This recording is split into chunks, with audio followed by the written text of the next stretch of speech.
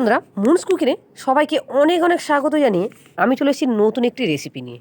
আজকে আমি খুব কম টাইমের মধ্যে তোমাদের সঙ্গে শেয়ার করব চিংড়ির পকোড়া বা বলতে পারো। এটা খেতে দারুণ টেস্টি লাগে। এটা কিন্তু সন্ধ্যাবেলা টিফিনে জাস্ট ফাটাফাটি লাগে। এটা তোমরা সস দিয়েও খেতে পারো বা তোমরা চা দিয়েও কিন্তু খেতে পারো। তো চলো, এখানে আমি দেখো ২০০ চিংড়ি ভালো করে ছাড়িয়ে ভালো করে বেছে ধুয়ে নিয়েছি। তো আর এখানে যা যা উপকরণ লাগে সেগুলো তোমাদের সব কিছুই দেখাবো। আর এখানে কিন্তু যে কোনো চিংড়ি দিয়ে তোমরা কিন্তু এটা বানাতে পারো, বড় বা ছোট সব কিছু দিয়ে কিন্তু তোমরা এটা বানাতে পারো। তো চলো, এখানে দেখো সব রেডি করে নিয়েছি। এখানে দেখতেই পাচ্ছ, দেখো ২০০ মতো চিংড়ি আমি এখানে দেখতে পাচ্ছি। চিংড়ি মাছটাও মানে এখন এই চিংড়ি মাছটা প্রচণ্ড উঠেছে, তো সেই চিংড়ি মাছটা ঠিক আছে। তো দেখো, আর এখানে হচ্ছে লঙ্কা গুঁড়ো, এখানে কালো জিরে, এখানে হচ্ছে নিচে চালের গুঁড়ো, বেসন, হলুদ, তারপরে এখানে দেখো নুন, পরিমাণ নুন দেবো, একটু মিষ্টি নিয়েছি, পেঁয়াজ কুচো, কাঁচা লঙ্কা কুচো, ধনেপাতা কুচো, একটু আদা রসুন থেঁতে রেখেছি। তো দেখো, আর একটু নিয়েছি আমি সয়া সস। আর সাদা তেল তো অবশ্যই লাগছে। আমি আজকে সাদা তেলে ভাজবো না, তোমরা চাইলেই সাদা তেলে ভাজতে পারো। আমি কিন্তু আজকে সর্ষের তেলে ভাজবো। এই রেসিপিটা সর্ষের তেল দিয়ে কিন্তু খেতে দারুণ টেস্টি হয়। তো চলো, এবার আমি মেখে নিই। তো দেখো, এখানে প্রথমেই চিংড়ি মাছটা দিয়ে দিলাম। এই চিংড়ি মাছটা কিন্তু এখন এই সিজনে কিন্তু এই চিংড়ি মাছটা উঠেছে বন্ধুরা। তো দেখো, তো চিংড়ি মাছটা ঢেলে নিলাম প্রথমে। তখন এবারে এর মধ্যে দেখো আমি একে একে কিন্তু সব উপকরণগুলো দিয়ে দেবো। তো দেখো, প্রথমেই দিয়েছি পরিমাণ নুন। তোমরা পরিমাণ বুঝে কিন্তু নুনটা দিয়ে নুন বেশি দিলে কিন্তু মানে বেশি দিলে কিন্তু খারাপ হয়ে যাবে। তো এবার পরিমাণ বুঝেই তোমরা লঙ্কা গুঁড়ো দিও। আমি একটুখানি লঙ্কা গুঁড়ো অ্যাড করলাম, যেহেতু কাঁচা লঙ্কা দেবো। আর এখানে দিচ্ছি একটুখানি কালো জিরে ১ চামচ মতো। এখানে দিচ্ছি ৪ চামচ মতো চালের গুঁড়ো। এটা হচ্ছে মুচমুচে হওয়ার জন্য। আর চালের গুঁড়ো আমি রেখে দিয়েছিলাম, ওটা কিন্তু আমি সবটাই দিয়ে দিয়েছিলাম। এখানে বেসন ১০০ নিয়েছি। তো আমি রেখে দিয়েছিলাম বেসনটা, কিন্তু সবটাই আমি দিয়ে দিয়েছিলাম মাঝপথে। ১০০ বেসন, আর এখানে মোটামুটি ৫০ মতো চালের গুঁড়ো কিন্তু আমি ব্যবহার করেছি এখানে।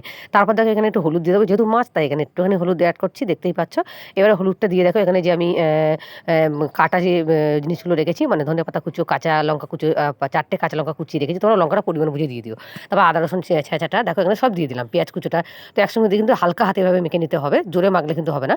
তো হালকা হাতে কিন্তু মাখতে হবে। দিয়ে দেখো, অল্প অল্প জল দিয়ে কিন্তু আমি এটা একদম থকথকে ব্যাটার একদম পুরো রেডি করে নেবো। একদম মানে পাতলা হবে না। তো দেখো, এরকম একটা ব্যাটার কিন্তু রেডি করে নিতে হবে। এবার ১/২ চামচ মিষ্টি অ্যাড করলাম। দেখতে পাচ্ছ সব রকম মশলার ব্যালেন্স থাকার জন্য আমি সব রকম জিনিস একটু মিষ্টি খাই বন্ধুরা, সব রেসিপিতে। তো দেখো, এবার এখানে দিয়ে দেবো ১ চামচ মতো সয়া সস। তো দেখো, এটা দিলে কিন্তু চিলি চিকেন চিকেন হবে, তো এই জন্য এটা দিলাম। তোমরা চাইলে কিন্তু স্কিপ করতে পারো। তো দিয়ে হালকা হাতে কিন্তু মেখে নেবো। এটা কিন্তু জোরে মাখা যাবে না, এটা হালকা হাতে মাখতে হবে। আর কিন্তু একদম গাঢ় গাঢ় মাখাটা হবে। তোমরা অবশ্যই বুঝতে পারছো যে কেমন মাখা, দেখতেই পাচ্ছ।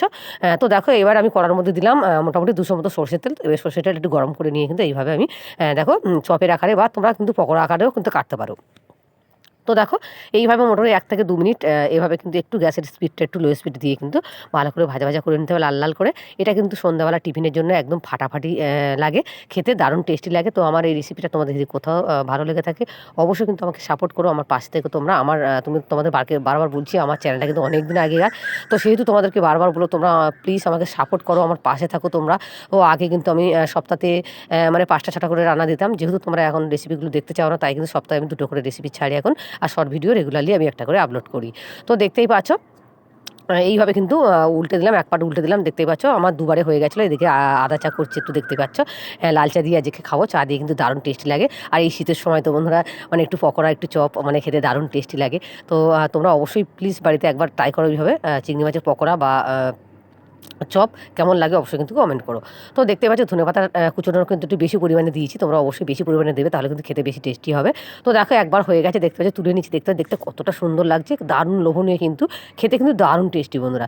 তো তোমাদের বলবো, তোমরা বাড়িতে প্লিজ একবার বানিয়ে খাও এরকম চিংড়ির পকোড়া বা চপ। কেমন হলো অবশ্যই কিন্তু কমেন্ট করো। তো দেখতেই পাচ্ছ, কথা বলতে বলতে কিন্তু আরেকবার আমি দিয়ে দিয়েছিলাম, সেগুলোও কিন্তু হয়ে গেছে। দেখতেই পাচ্ছ দেখতে কতটা সুন্দর লাগছে, দারুণ লোভনীয়, আর খেতে কিন্তু দারুণ টেস্টি হয়। তো তোমরা বাড়িতে অবশ্যই একবার এই সিজনে এই চিংড়ি মাছ কিন্তু প্রচণ্ড উঠেছে, বারবার বলছি তোমরা অবশ্যই ট্রাই করো। আর তোমরা কিন্তু যে কোনো চিংড়ি মাছ নিতে পারো। তো দেখো, এখানে কিন্তু চিংড়ির পকোড়াগুলো আমার সব রেডি হয়ে গেছে। তো চলো, এবার চিংড়ির পকোড়া দিয়ে কিন্তু খাবো চা, লাল চা।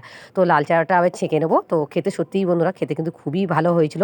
তো তোমাদেরকে বলবো, তোমরা বাড়িতে অবশ্যই এই শীতের সিজনে একবার ট্রাই করো এরকম চিংড়ির পকোড়া। আর কেউ যদি বাড়িতে গেস্ট আসে, তাও কিন্তু তোমরা এইভাবে কিন্তু চিংড়ির পকোড়া বানিয়ে দিতে পারো। তো চলো, লাল চাটা আমার হয়ে গেছে, চাটা ছেঁকে নিলাম। তো চা দিয়ে খেতে জাস্ট ফাটাফাটি ছিল। তোমরা বাড়িতে অবশ্যই ট্রাই করো চিংড়ির পকোড়া রেসিপি, কেমন হলো অবশ্যই কমেন্ট করো। তো ফিরে আসছি অন্য কোনো রেসিপিতে, তখন তোমরা সবাই ভালো থেকো, সবাইকে ভালো রেখো। আর অবশ্যই কিন্তু সাবধানে থেকো, আর আমার রেসিপিগুলো তোমরা দেখতে থেকো। তো চলো, আজকের রেসিপি এই পর্যন্ত। ফিরে আসি দ্বিতীয় রেসিপি।